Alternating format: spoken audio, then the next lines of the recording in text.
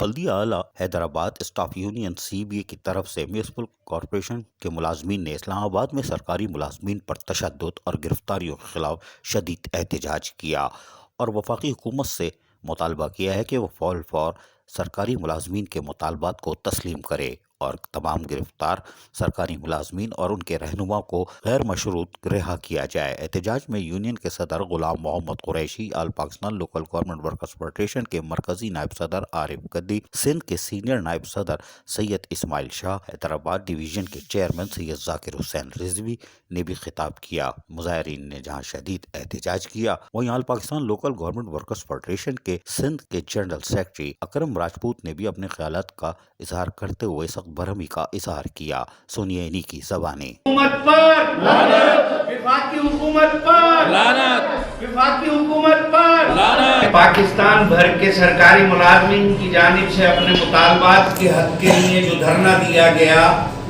اس دھرنے کے شرکا پر شدید تشدد اور گرفتاریوں پر بلدیہ اعلیٰ staff union Hyderabad municipal corporation CBA پرزور مذمت کرتی ہے اور فیڈرل گورنمنٹ سے مطالبہ کرتی ہے کہ سرکاری ملازمین کے جائز تمام مطالبات تسلیم کیے جائیں، گرفتار افراد کو فوری طور پر رہا کیا جائے اور IMF کی جو ہے نوکری فیڈرل گورنمنٹ جو شروع کی ہوئی ہے اس کو بند کرے۔ ملازمین کو اس مہنگائی کے دور میں جو تنخواہوں سے موجودہ مہنگائی کے تناسب سے جو انہوں نے مطالبات رکھے ہیں ان کو فوری طور پر منظور کرے۔ وہ اکیلے نہیں ہیں، پورے پاکستان کے تمام ملازمین ان کے ساتھ کھڑے ہوئے ہیں۔ سرکاری ملازم پر تشدد یقیناً آل پاکستان لوکل گورنمنٹ کو برداشت نہیں۔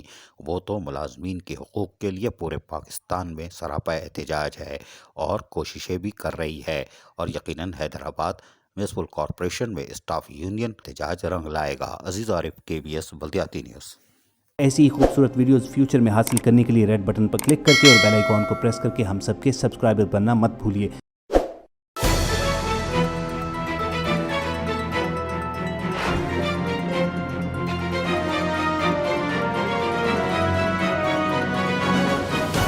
KBS بلدیاتی نیوز۔